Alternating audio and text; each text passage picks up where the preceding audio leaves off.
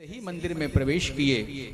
मंदिर में अंधेरा था। गुणनिधि ने सोचा कुछ दिखाई नहीं दे रहा है, आओ उजाला किया जाए।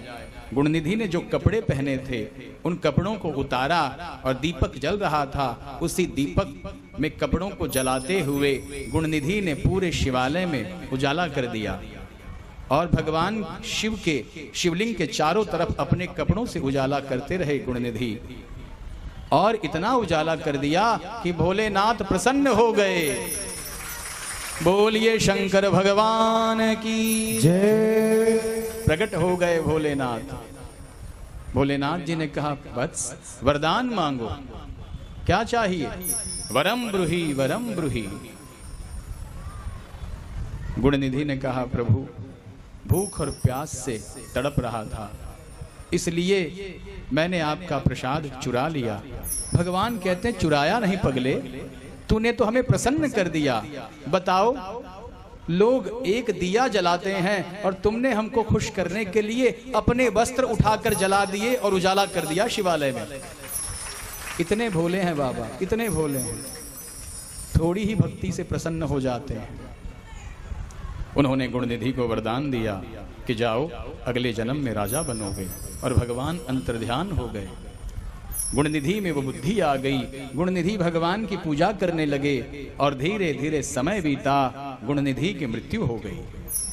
अगले जन्म में बंगाल में एक राजा के घर उनका जन्म हुआ और राजा के घर जन्मे, बड़े धूमधाम से पले बढ़े। जब राजा साहब की मृत्यु हो गई तो गुणनिधि को राजा बनाया गया। गुणनिधि राजा बनते ही पूर्व जन्म की स्मृति थी उनके दिमाग में।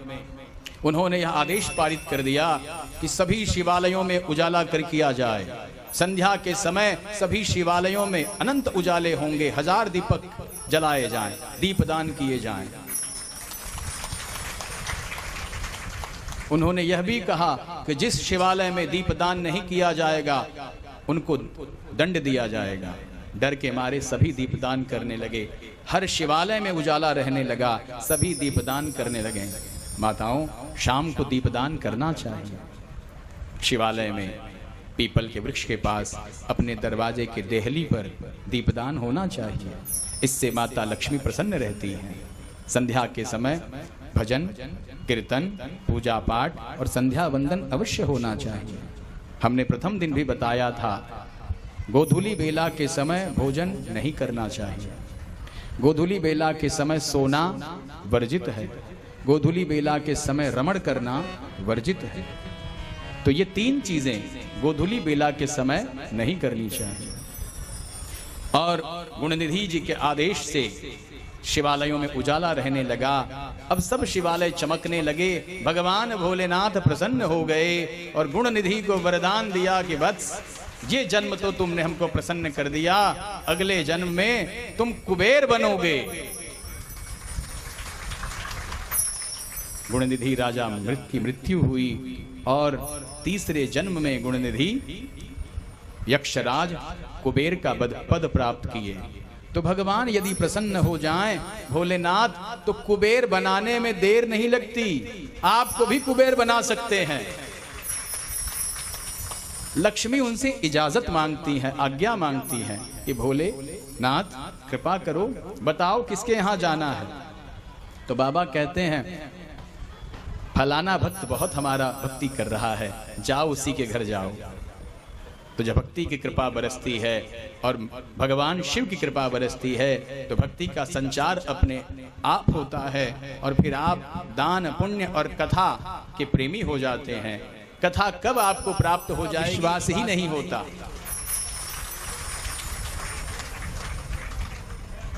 आप सभी माताएं, हमारे समिति के सभी सदस्य, इनकी बड़ी इच्छा थी, सभी भागवत कथा में जाते थे, शिव महापुराण की कथा में जाते थे, बेचारे कलश उठाते थे। अपना संकल्प बताया इन्होंने कि बाबा जी, हमारे मन में भी बड़ी अभिलाषा थी कि हम भी कलश उठाएं, हम भी यजमान बने, हम भी कथा सुने। भगवान की कृपा देखिए, इतनी कृपा कर दी कि जाओ तुम ही मुख्य यजमान बनो, तुम्हारी समिति कथा करवाए और तुम भी कलश उठाओ। कथा का दान बहुत बड़ा दान है, इसलिए कथा होनी चाहिए। कथा सुनने से व्यथा मिटती है। अब गुणनिधि कुबेर बने, अलकापुरी के राजा बने और भगवान शिव के पड़ोस में ही उनका निवास स्थान है जिसका नाम है अलकापुरी। तो अलकापुरी के राजा कुबेर जी बने। ऐसी है भोलेनाथ की कृपा। तो बोलिए शंकर भगवान की जय, वृंदावन बिहारी लाल की जय। ओम श्रीमन्नारायणाय नमः, शिव शंकराय नमः। ओम शिव परात्परा शिव, ओंकारा शिव तव शरणम्। ओम शिव परात्परा शिव, ओंकारा शिव तव शरणम्। ओम शिव परात्परा शिव, ओंकारा शिव तव शरणम्। ओम शिव परात्परा शिव, ओंकारा शिव तव शरणम्। ओम शिव परात्परा शिव, ओंकारा शिव तव शरणम्। ओम शिव परात्परा शिव, ओंकारा शिव तव शरणम्। ओम शिव परात्परा शिव, ओंकारा शिव तव शरणम्।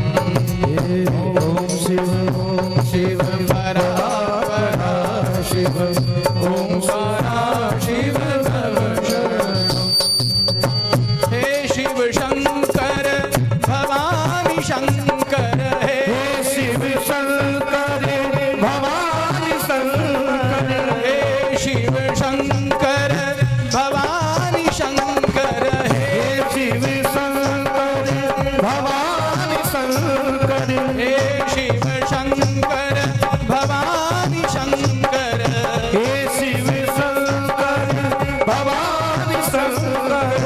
उमा महेश्वर तव शरणम्, हे उमा महेश्वर तव शरणम्।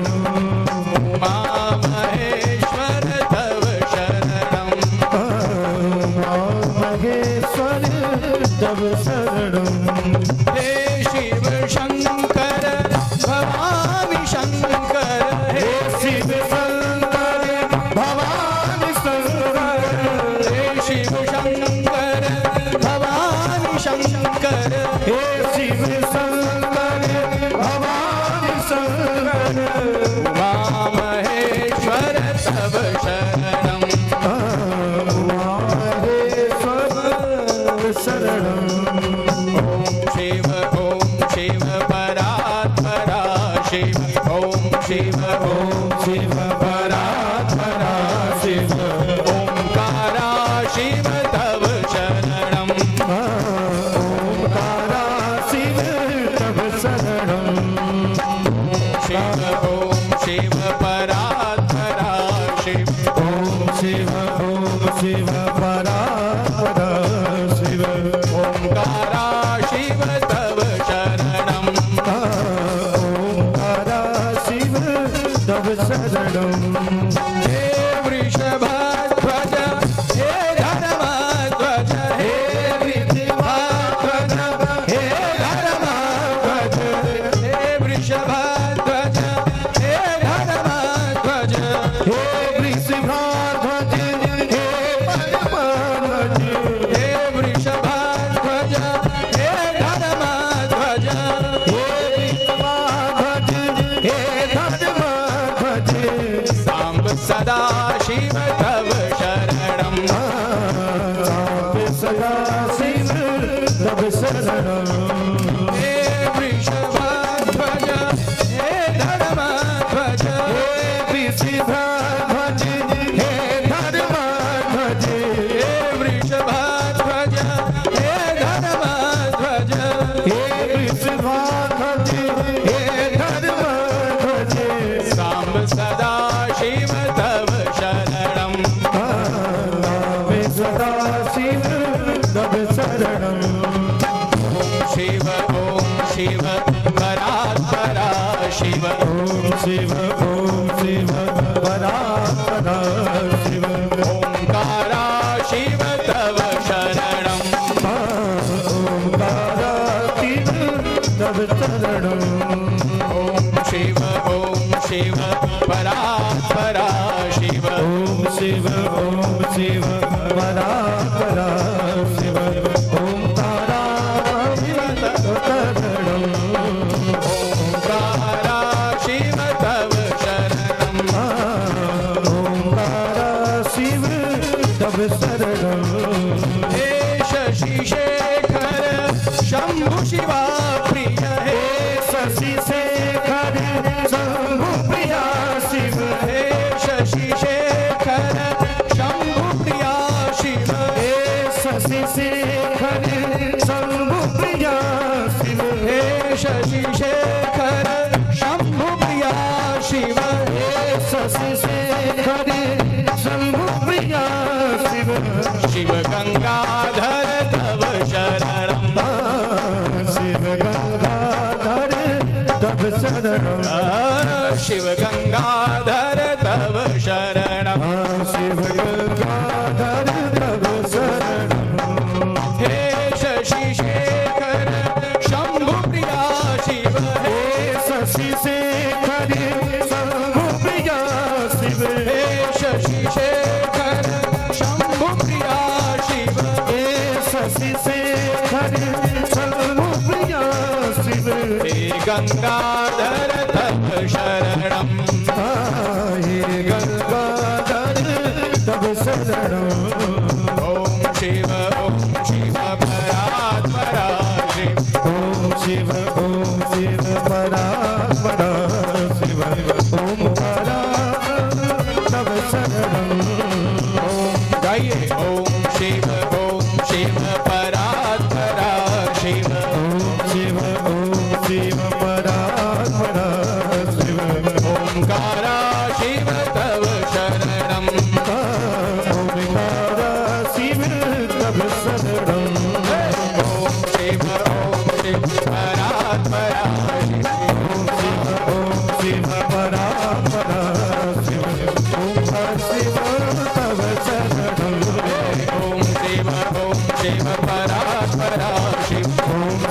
ओम शिव परात्परा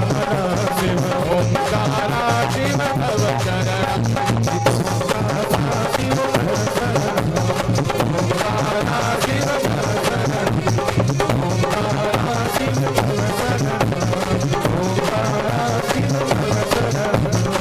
ओंकारा शिव तव शरणम तव शरणम ओम शिव परात्परा शिव ओंकारा शिव तव शरणम हे वृषभध्वज हे धर्मध्वज हे वृषभध्वज वृषभध्वज हैं भगवान, नंदी की सवारी करते हैं। धर्म ध्वजा है, नंदी कौन है? धर्म के प्रतीक हैं। श्रोताओं माताओं, जब भी शिवालय में आओ ना तो अपने अहंकार को त्याग दिया करो। अहंकार से पोषित भक्त की भक्ति भगवान स्वीकार नहीं करते।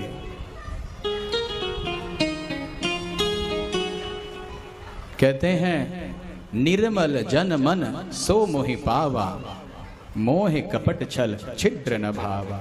निर्मल जन मन सो मोहि पावा, निर्मल जन मन सो मोहि पावा, निर्मल जन मन सो मोहि पावा, निर्मल जन मन सो मोहि पावा, निर्मल जन सो मोहि पावा, निर्मल मन जन सो मोहि पावा, निर्मल मन जन सो मोहि पावा, निर्मल मन जन सो मोहि पावा, निर्मल मन जन सो मोहि पावा।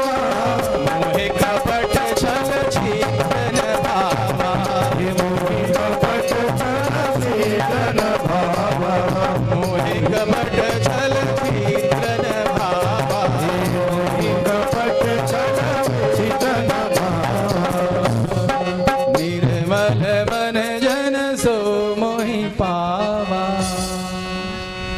निर्मल मन हो, बालक के समान हो। भगवान भक्ति उसी की स्वीकार करते हैं जिसके मन में कपट न हो, संदेह न हो। अगर संदेह है, शक का दायरा बढ़ा है, तो आपकी भक्ति व्यर्थ है, निरर्थक है। तब आप उस सर्प के समान हैं जो कभी भी मौका मिलते डस लेगा। याद रखें, ध्यान रहे इस बात को कि अगर कपट है मन में, भय है, शंका है गुरु के प्रति, भगवान के प्रति, और देवालय में भी आपका मन शुद्ध नहीं हुआ, तो आप उस सर्प के समान हैं जो मौका मिलते ही डस लेगा। गुरु की निंदा, अपने भगवान की निंदा, अपने पति की निंदा, ये अपराध में गिने जाते हैं। चाय अभी मत दीजिए, बंद कीजिए, बंद कीजिए।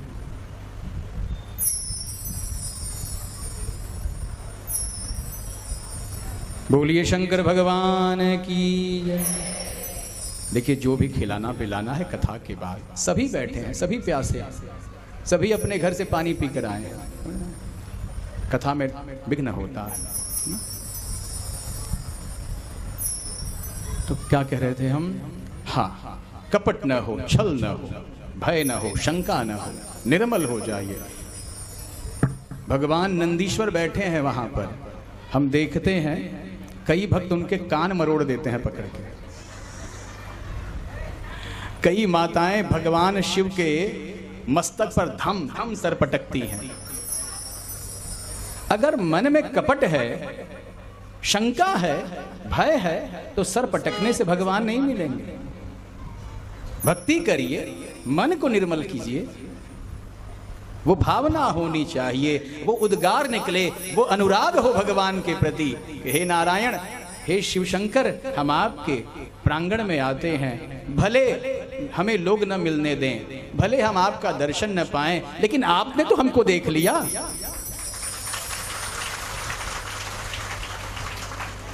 जरूरी नहीं कि जाकर उनके ऊपर सर पटका जाए। सर पटकने से यदि भगवान मिलते तो सारे लोग आकर यहीं सर पटक देते, लहूलुहान हो जाता मंदिर। भावना व्यक्त कीजिए, वो अनुराग उत्पन्न कीजिए, वो भक्ति उत्पन्न कीजिए, जिससे भगवान आप में समा जाएं। वो भक्ति का प्रादुर्भाव हो कि गुरु जी क्या कहकर गए थे। कथा में आप बैठे हैं, ये बड़ी बात नहीं, कथा आपके अंदर बैठ जाए, ये बड़ी बात है। हम जानते हैं विगत 5 दिवसों से कथा चल रही है, सभी को सारी कथाएं तो याद नहीं होंगी, लेकिन कुछ कुछ तो श्रवण किए होंगे, कुछ कुछ तो हृदय परिवर्तन होगा। और हमने उस दिन भी कहा था, आज भी कह रहे हैं, अब नरसीपाड़ा बदल जाएगा, अवश्य बदल जाएगा, ये हमारा विश्वास है। श्रोताओं, हमने कहा कथा में पहले आए वो ब्रह्मा, जो कथा के मध्य में आए वो नारायण, और जो कथा के बाद समेट कर सब कुछ साफ सुथरा करके, साफ सुथरा माने परिसर को साफ करें, सामान न साफ कर दें, वो भोलेनाथ हैं। उत्पत्ति, स्थिति और लय महादेव करते हैं, तो लय करने वाले भगवान भोलेनाथ हैं। तो इस प्रकार से भगवान कहते हैं कि नंदीश्वर धर्म के स्वरूप है। धर्म कहता है जब आप अपने अहंकार को संकुचित करोगे, अहंकार को अपने अंदर समेट लोगे, कच्छप महाराज की तरह, वहां कच्छप भी हैं, है ना, कछुआ, बाराह भगवान हैं। अपने अहंकार को अंदर समेटना चाहिए और तब भगवान से मुलाकात हो सकती है आपकी। तब भोलेनाथ कहते हैं कि हम अब आपसे मिलने के लिए तैयार हैं। ऐसे हैं भोले बाबा, अहंकार रहित लोगों से मिलते हैं। तो ऐसे हैं भगवान शिव शंकर, आशुतोष अवघड़दानी। श्रोतागण, ताड़कासुर का वध हो गया, ताड़कासुर की मृत्यु हो गई, भगवान श्री गणेश और श्री गणेश जी का विवाह हो गया। उनके सिद्धि और बुद्धि नाम की पत्नी हुई और उन पत्नी से क्षेम और लाभ नाम के पुत्र उत्पन्न हुए। शुभ और लाभ नहीं है, क्षेम और लाभ है ना। लोग शुभ और लाभ कहते हैं। देखिए श्रोताओं, माताओं, आप थोड़ा शास्त्रों को पढ़ा करें, रामायण का पाठ किया करें। हनुमान चालीसा कितनी माताओं को आता है? देखें, आचार्य जी देख रहे हैं आप? प्रभु देखें, ये सनातन धर्म है, ये हिंदू की जागरूकता है। और कहते हैं हम पुजारी हैं, हम भक्ति करते हैं। महाराज 16 माला किए बिना पानी नहीं पीते और दिन रात मंदिर जाते हैं, और बजरंग बली हनुमान जी की चालीसा नहीं याद है। जिनको चालीसा नहीं याद है, उनके पुत्र या शंकर जी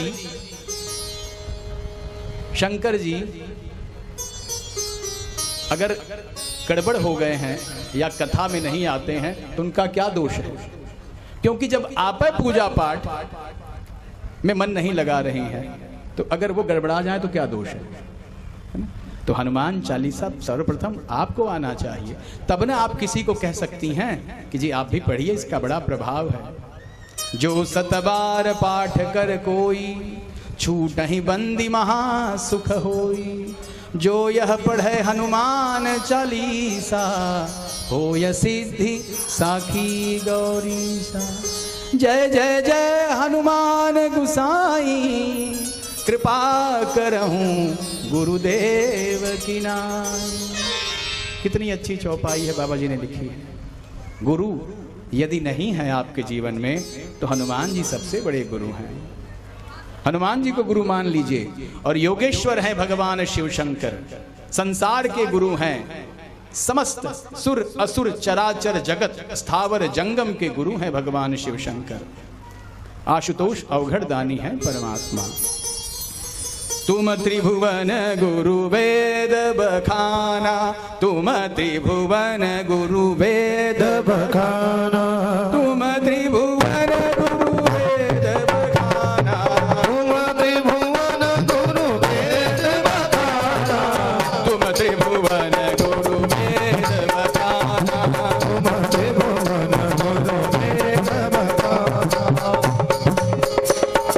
तुम त्रिभुवन गुरु वेद बखाना, तुम त्रिभुवन गुरु वेद बखाना, तुम त्रिभुवन गुरु वेद बखाना, तुम त्रिभुवन गुरु वेद बखाना, तुम त्रिभुवन गुरु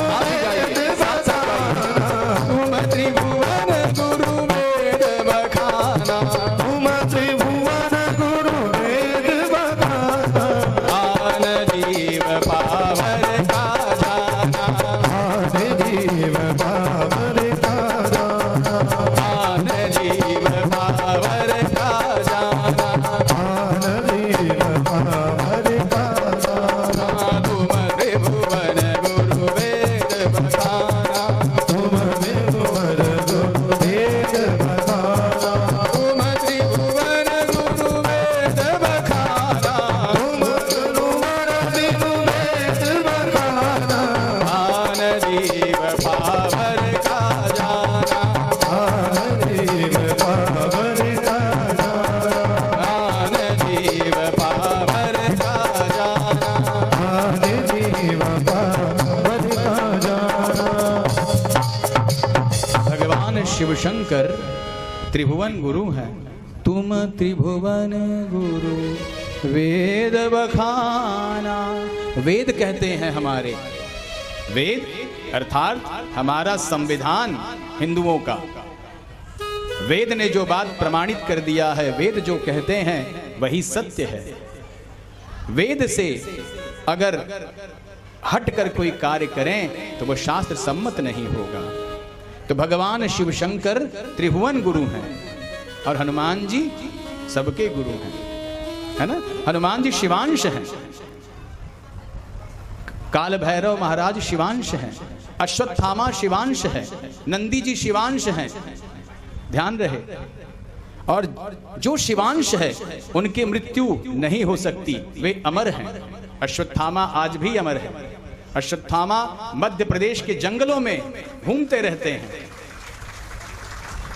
परंतु एक अपराध हुआ था, निर्जीव की हत्या करना, सोए हुए किसी व्यक्ति को मार डालना, ये परम अपराध है। भगवान नारायण ये बात जानते हैं, इसीलिए उन्होंने अर्जुन को आदेश दिया कि दंड तो देना होगा, मणि निकाल लो इनकी बस। क्योंकि पांडवों को भी ये आश्वासन मिल जाए कि कृष्ण जी ने हमारी तरफ से बात कही है, लेकिन वे जानते हैं कि साक्षात शिव है, इसलिए मणि निकाल ली गई। आज भी अश्वत्थामा है, अमर है। नंदी जी शिवांश है। ऋषि पिंपलाद एक बार रो रहे थे और बहुत दुखी थे। भगवान शिवशंकर की तपस्या की उन्होंने। उनकी पत्नी ने कहा, स्वामी, पुत्र प्राप्त करने का मार्ग सोचना चाहिए, जीवन में एक पुत्र होना चाहिए, कुछ तो करिए। ऋषि पिंपलाद ने कहा, देवी हम करेंगे। उन्होंने भगवान शिवशंकर की तपस्या की। भोलेनाथ प्रसन्न हुए। ऋषि पिंपलाद ने कहा, प्रभु हमें आप जैसा पुत्र चाहिए, आपके समान। शिवशंकर भगवान ने कहा, ऋषिवर हम आपकी तपस्या से प्रसन्न हैं, जाइए हम आपके यहाँ अवतार ग्रहण करेंगे। और भगवान भोलेनाथ ने ऋषि पिंपलाद जी के यहाँ नंदीश्वर जी के रूप में अवतार ग्रहण किया है। बोलिए नंदी महाराज की जय।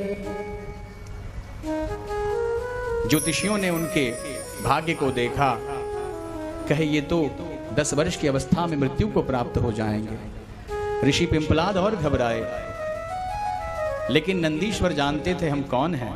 उन्होंने कहा, पिताश्री आप बिल्कुल न घबराएं, निश्चिंत रहें, हम भगवान शिव की तपस्या करेंगे और विधि के विधान को मिटा कर रहेंगे, है ना। भगवान शिवशंकर की तपस्या की और भोलेनाथ जी ने कहा, नंदीश्वर तुम सदैव हमारे साथ रहोगे, तुम हमारे अंशावतार हो, आओ आज से हम तुमको अपना वाहन नियुक्त करते हैं और तुम धर्म के अवतार हो, इसलिए तुम पर ही हम सवारी करेंगे। तो नंदीश्वर धर्म के अवतार हैं। भगवान शिव धर्म पर सवारी करते हैं। जो धर्म से पूजा करेगा उसी की पूजा भोलेनाथ स्वीकार करेंगे। श्रोताओं, निर्मल मन जन सो मोहि पावा, मोह कपट छल छिद्र न भावा। तो इस प्रकार से भगवान नंदीश्वर का प्राकट्य हुआ। ताड़कासुर का वध हो गया है। क्षेम और लाभ नाम के पुत्र उत्पन्न हुए हैं। चारों दिशाओं में खुशियां विराजमान हैं, सभी प्रसन्न हैं और प्रकृति भी अपने प्रसन्नता पर गर्वान्वित हो रही है। इसी दरमियान ताड़कासुर के पुत्र, 3 पुत्र, तारकाक्ष, कमलाक्ष और बिंदुमाली, इन्हें पता चला कि हमारे पिता का वध हो गया है। इन्होंने यह ठान लिया कि हम भगवान शिव से ऐसा वरदान मांगेंगे जिससे हमारी मृत्यु कभी न हो।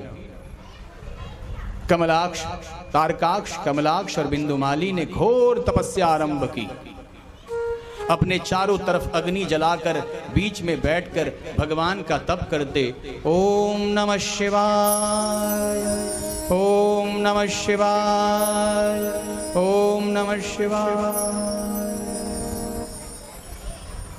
ब्रह्मदेव की तपस्या कर रहे थे, लेकिन इन्हें विश्वास भोलेनाथ पर है, क्योंकि भगवान भोलेनाथ शीघ्र प्रसन्न हो जाते हैं। संकल्प ब्रह्मदेव से था। घोर तपस्या की, 1000 वर्ष तक तपस्या की अग्नि के बीच में बैठकर, तब भी भगवान प्रसन्न नहीं हुए। इसके उपरांत तारकाक्ष, कमलाक्ष और बिंदुमाली ने सर के बल उल्टे खड़े होकर 1000 वर्ष तपस्या की, तब भी भगवान प्रसन्न नहीं हुए। तब तारकाक्ष, कमलाक्ष और बिंदुमाली ने एक पैर पर वृक्षासन होकर भगवान की तपस्या आरंभ की। ओम नमः शिवाय, ओम नमः शिवाय, ओम नमः शिवाय। तपस्या से देवता घबराने लगे। श्रोताओं, हमें न इन असुरों से सीखना चाहिए। ये घोर तपस्या करते हैं और जब एक बार भक्ति का मन में ठान लेते हैं ना, तो पूर्ण करके ही दम लेते हैं।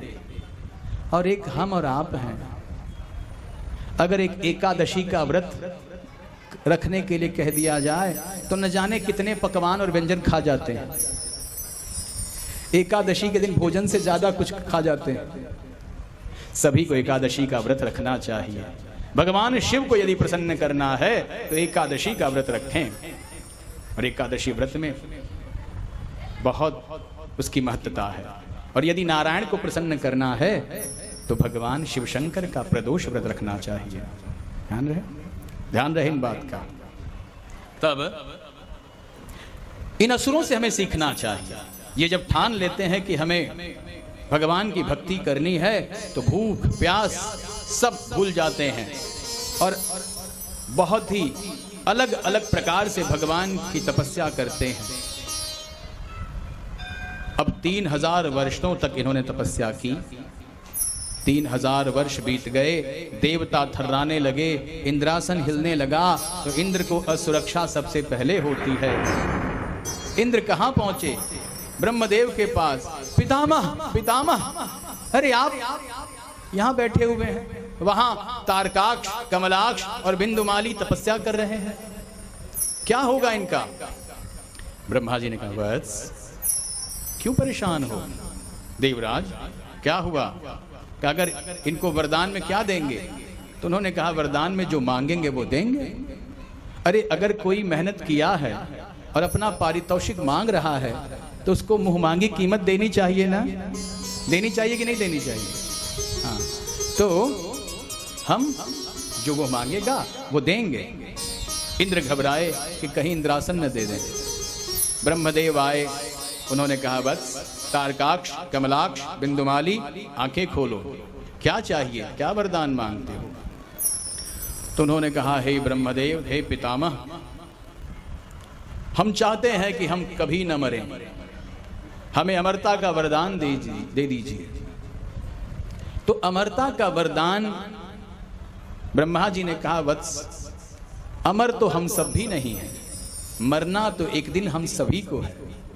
इंद्र, ब्रह्मा, सभी लोग एक दिन मृत्यु के मुंह में चले जाते हैं, तो तुमको कहां से अमरता का वरदान दे दें? अगर कोई नहीं मरेगा, अविनाशी कोई है तो भगवान भोलेनाथ और नारायण हैं, मोक्ष के दाता।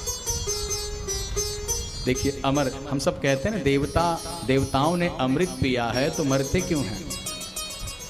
मरते सभी हैं। अमृत का मतलब क्या है कि उन्होंने अमृत पिया है तो हमारी उम्र अगर 60 वर्ष या 70 वर्ष की है तो उनकी उम्र जो है 70,000 वर्ष की है, इसलिए वो अमर कहे जाते हैं। समझ रहे हैं?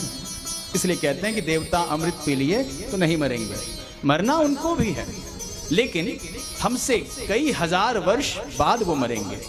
तब तक हम कई जन्म लेंगे और वे तब तक यहां रहेंगे। 100 वर्ष तक इंद्र राज्य करते हैं। सावर्णी मनवंतर में इंद्र दूसरे बनेंगे और दूसरे मनवंतर में इंद्र दूसरे बनेंगे और मनवंतरों में इंद्र बदल जाते हैं। तो हर 100 वर्ष बाद इंद्र बदल जाते हैं। जैसे हर 5 साल बाद प्रधानमंत्री जी बदल जाते हैं, है ना? लेकिन आप लोगों की बड़ी कृपा है। हाँ, आए, वरदान मांगा। ब्रह्मा जी ने कहा, और कुछ मांग लो, और कुछ दे सकते हैं। तो उन्होंने कहा, पितामह यदि प्रसन्न हैं तो एक ही वरदान दीजिए कि हम तीनों के अलग अलग पुर हों और हमारी मृत्यु किसी बहुत ही खास विशेष देवता से हो, विशेष रथ पर सवार होकर विशेष बाण से। जब हमारे 3 पुर, कमलाक्ष ने सोने का पुर मांगा, सोने का महल हो, तारकाक्ष ने चांदी का मांगा है और बिंदुमाली ने लोहे का मांगा है। ये तीनों पुर, और मरे कब? ये तीनों पुर पुख्य नक्षत्र में, जिस दिन पुख्य नक्षत्र हो और वर्षा होती रहे, वर्षा होती रहे,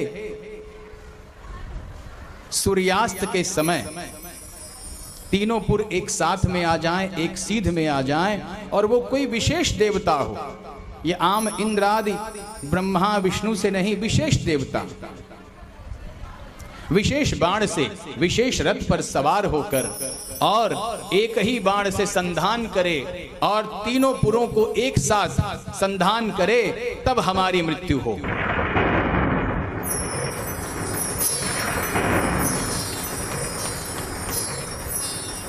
इतना अजीब वरदान मांगा है। बताइए ये संभव है? विशेष देवता कौन है? विशेष बाण कहां से आएगा? तो भगवान शिवशंकर का नाम पशुपतिनाथ है। बोलिए पशुपतिनाथ भगवान की जय। पाशव वृत्ति इति पशुपति, पाशव वृत्ति इति पशुपति। हम सब पशु हैं भगवान के सामने।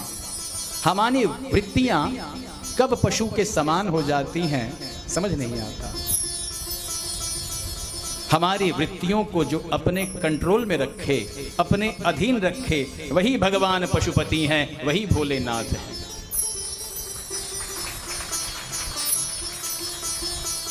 यमराज के दूत मृत्यु के बाद कैसे ले जाते हैं? प्रेम से तो नहीं ले जाएंगे। पुलिस वाला जब अपराध में पकड़ता है तो प्रेम से तो नहीं ले जाता है। ए चल इकडे बस लवकर, जास्त बोलायचं नाही खेचणार, बोलता है ना? क्यों बोलता है? क्योंकि आप अपराधी हैं, आपने अपराध किया है। तो जब आप पाप करेंगे तो यमराज के दूत आपको क्या आराम से ले जाएंगे? मुदगल से मारते हुए पाश में बांधकर तब ले जाते हैं यमराज के पास। और यदि आपने पुण्य कर्म किया है, अब यदि आपने बम बम भोले कहा है, हर हर महादेव कहा है, श्रीमन नारायण नारायण कहा है, श्री कृष्ण गोविंद हरे मुरारे, हे नाथ नारायण वासुदेव, श्री कृष्ण गोविंद हरे मुरारे, हे नाथ नारायण वासुदेव, श्री कृष्ण गोविंद हरे मुरारे, हे नाथ नारायण वासुदेव। पितुमात स्वामी सखा हमारे, पितुमात स्वामी सखा हमारे, हे नाथ नारायण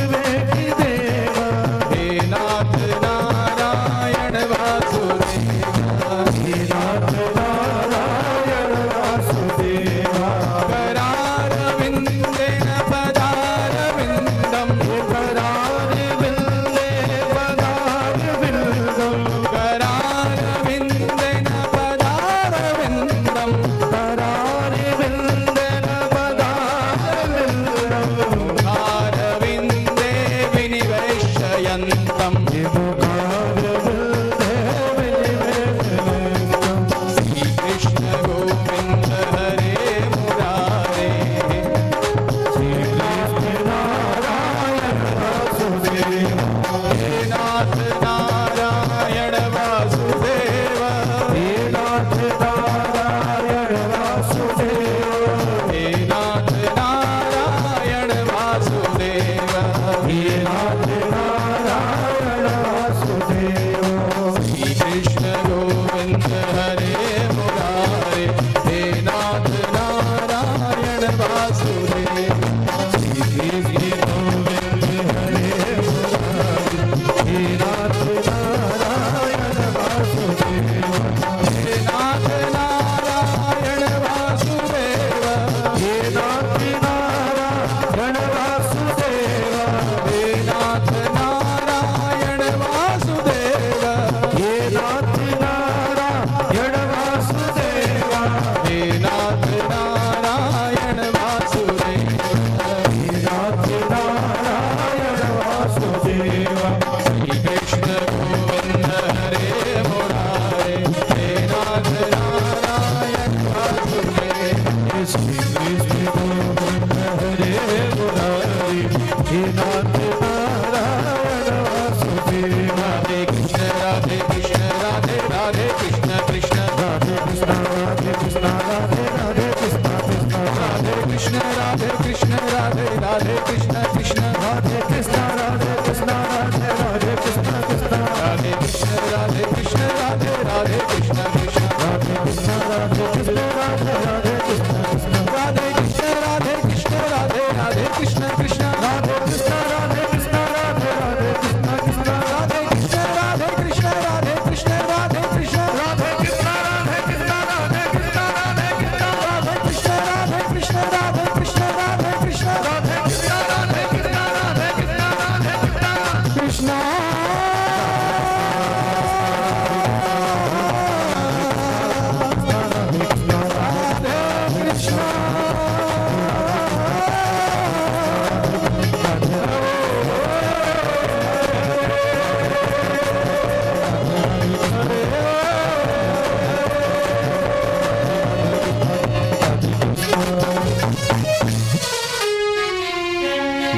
कृष्ण गोविंद हरे मुरारे।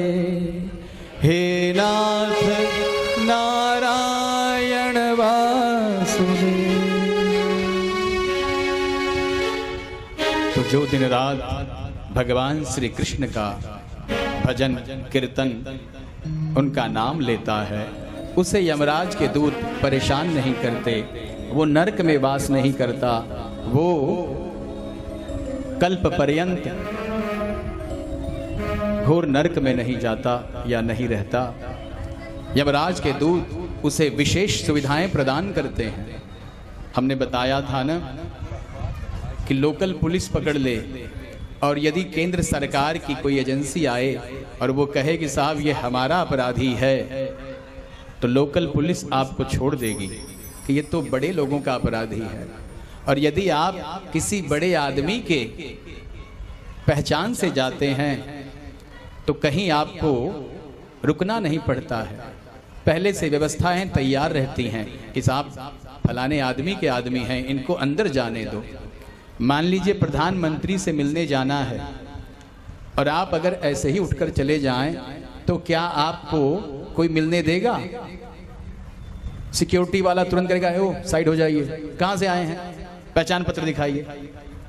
लेकिन यदि आप किसी वीआईपी के थ्रू जा रहे हो, किसी बहुत ओहदेदार के साथ जा रहे हों या उसकी पहचान से जा रहे हों, तो होता है कि अरे फलाने के आदमी हैं, इनको रोकिएगा मत, इनको जाने दीजिए। तो आप उनके आदमी हो जाइए, आप गोविंद के हो जाइए, आप भोलेनाथ के हो जाइए,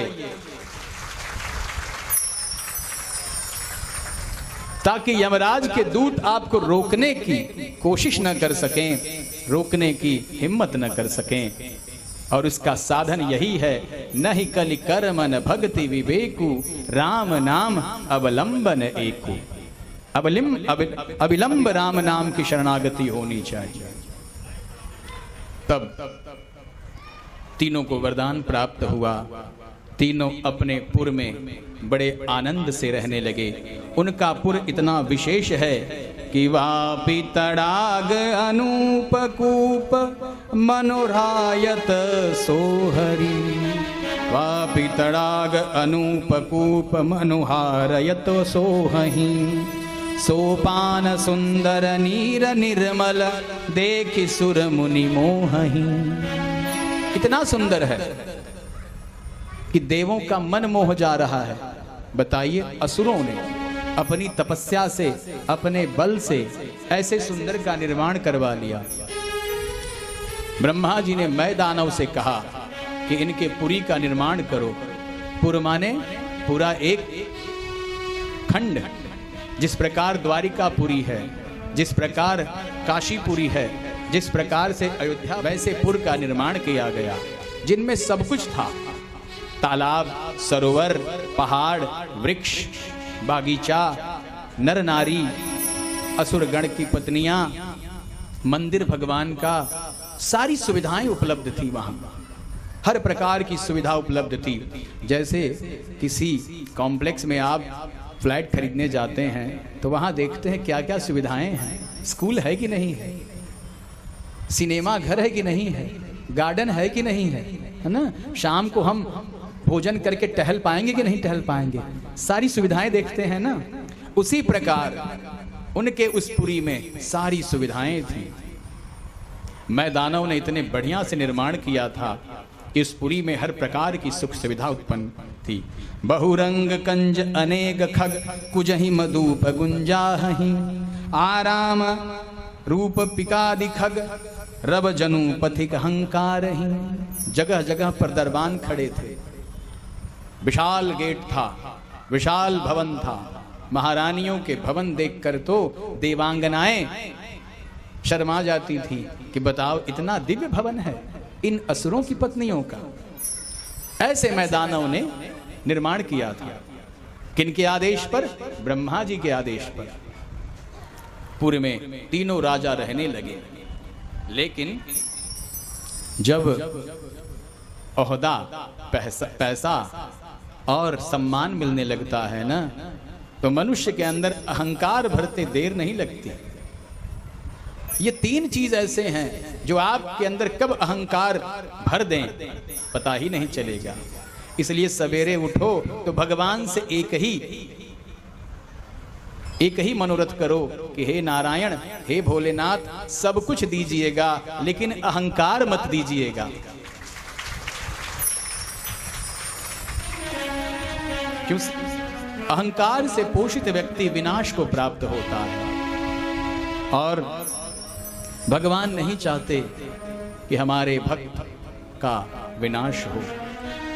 अहंकार इस बात का प्रमाण है। अहंकार रावण को हुआ, अहंकार कंस को हुआ, अहंकार असुरों को हुआ। कोई न कोई युक्ति लगाकर देवताओं ने उन्हें किनारे लगा दिया, पार हो गए। तो अहंकार न हो भगवान। अब वहां उस पुरी में सुबह 4 बजे शिवालय में पूजा पाठ शुरू हो जाते थे। असुर बहुत बड़े धर्मात्मा थे, उनका नियम टूटता नहीं था। पद मिल गया, सम्मान मिल गया, पुर मिल गया, वरदान मिल गया, अहंकार नहीं जा रहा था, दुष्ट प्रवृत्ति नहीं जा रही थी। कहते हैं किसी नगर का निर्माण या किसी नगर की पहचान उनके नागरिकों के आचरण से होती है। अगर नगर के नागरिक के आचरण अच्छे हैं तो कोई भी बटोही कहेगा यार वो नरसीपाड़ा वाले बड़े अच्छे हैं, बहुत सभ्य लोग हैं, भगवान की कथा सुनते हैं, सुनाते हैं, प्रसाद देते हैं और आपको भोजन भी करवाते हैं और बड़े बढ़िया से पेश आते हैं। लेकिन यदि आपका आचरण अच्छा नहीं है तो आपके नगर की बदनामी होते देर नहीं लगेगी।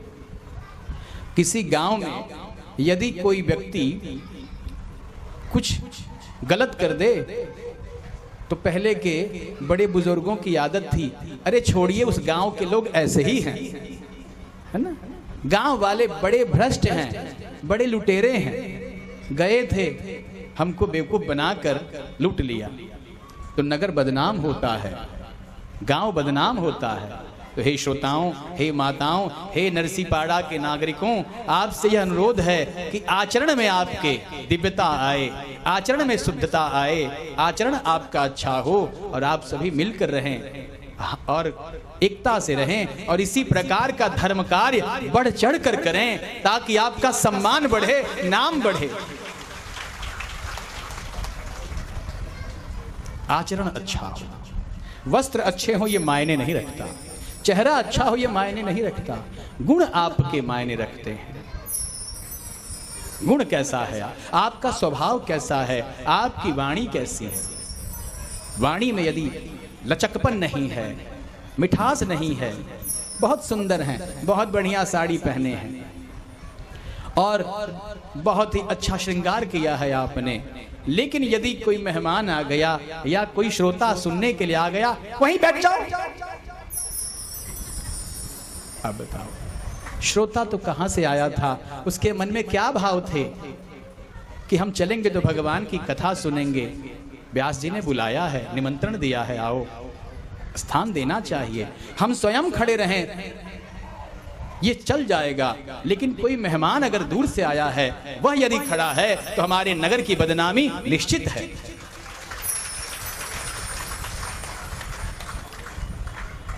आवाज में लचकपन हो, आइए पधारिए, आपका ही मंदिर है, आप हमारे मेहमान हैं। और जब वो जाने लगे तो पूछकर जरूर प्रसाद हाथ में दें, जरूर से पानी पिला दें, वो बहुत याद रखेगा। हम सत्य बता रहे हैं, ये आचरण जो है आपका ना, आपको बहुत ऊंचाई तक ले जाएगा और आपके इस क्षेत्र का नाम भी बढ़ाएगा। लेकिन यदि अकड़पन है, बड़े व्यास जी बनते हैं, कल तक यहीं घूमते थे, आए हैं ज्ञान देने, हैं बहुत ज्ञान दे रहे हैं सबको, ये अकड़पन। अकड़पन मुर्दों की निशानी है, अकड़पन मुर्दों की निशानी है।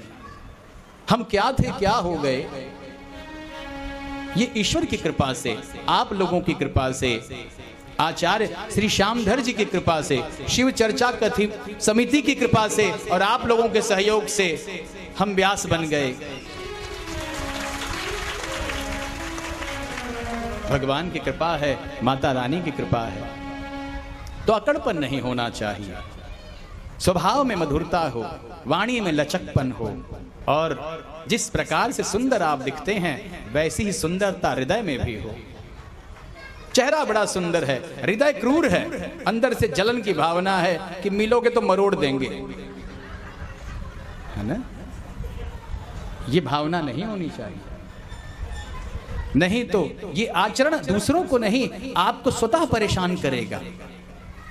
एक लड़का था, बड़ी गंदी आदत थी उसके, बदमाश था।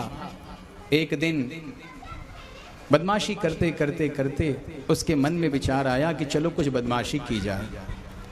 एक महाशय बैठे थे, भीड़ बहुत ज्यादा थी, उस लड़के ने जाकर उनके चिमटी काट ली।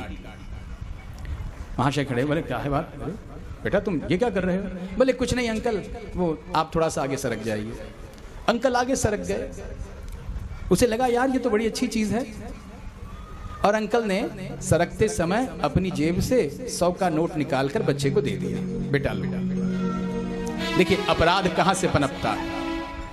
अब उस बच्चे का मनोबल बढ़ गया कि चलो भैया ये तो बड़ी अच्छी बात है यार, चिमटी काटने से 100 रुपए मिले।